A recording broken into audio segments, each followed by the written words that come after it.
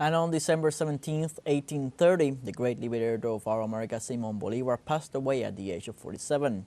Today, people across the continent pay homage to a man that changed the course of this territory forever. To better understand this present relevance to Latin America and the Caribbean, our colleague Garfield Purford prepared the following material. Simon Bolivar's image adorns public spaces across Venezuela and beyond. The reason is clear. El Libertador, or the Liberator, has towered large over the movement for freedom and self-determination in Latin America and the Caribbean for over 2 centuries. The Liberator died on this date in 1830 at the age of 47. However, his legacy among the pantheon of history's great liberators had already been secured.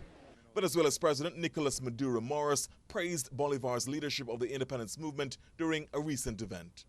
Luego, en el año 99, el comandante Chavez.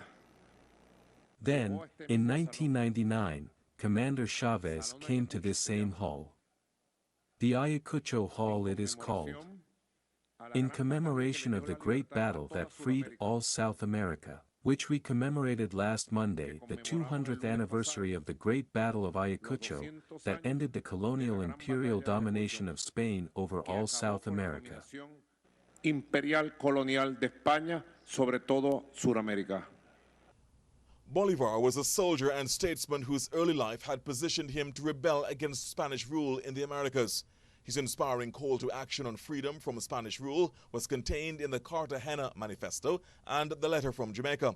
Bolivar did not only encourage rebellion against Spanish rule across the region, but led military expeditions against the Spaniards himself.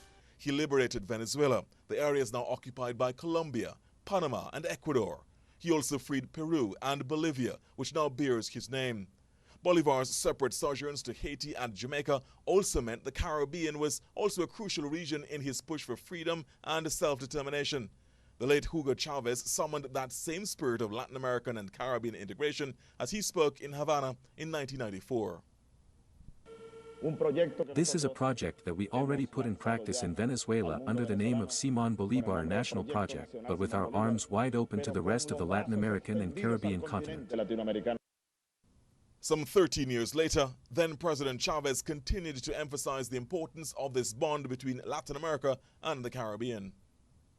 La Carta de Jamaica bien pudiéramos tomarla de estos pueblos. And we could easily consider the letter of Jamaica like the birth letter, the constitution letter of the project of independence, the project of liberation of our peoples.